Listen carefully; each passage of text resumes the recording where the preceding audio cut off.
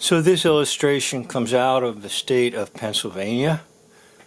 For all those Pennsylvanians who might be listening, it was during the 1800s that a mother had taught her child gospel songs. And the mother and the child would sing the songs together.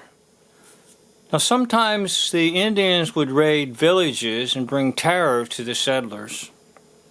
And children were often taken by the Indians.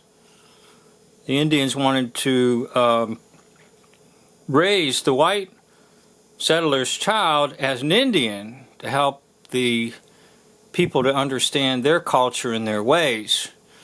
But the truth is they were child napping or kidnapping. Now the young child was captured by the Indians.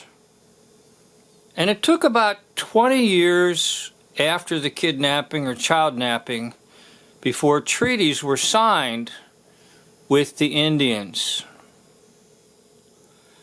Now she, the mother, wanted to find her child after about 20 years. So she went to a location where there were hundreds of former captured children.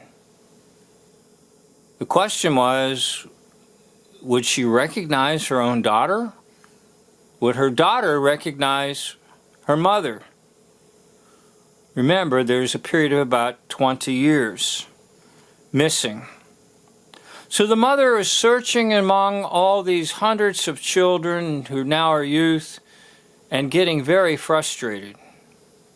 But then the mother remembered the gospel songs, and the mother began to sing and walk among the hundreds of youth, singing gospel songs like she sang to her little child. And suddenly, one young lady recognized the melody, and she began to sing the words that her mother had taught her as a child.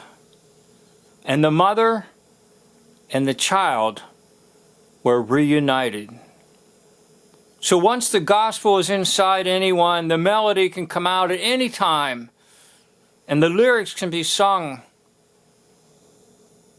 Now, are you singing the gospel songs? Are you singing the hymns of the church? And P.S., I wonder if our youth and children will know anything of the great hymns of the church. And mostly because the stuff called contemporary music has replaced it. And you can see I did several videos on this whole idea of what has transpired in modern churches. You can go to my videos on the Jesus Revolution, numerous videos on that. But it's the old gospel hymns that stay inside of people.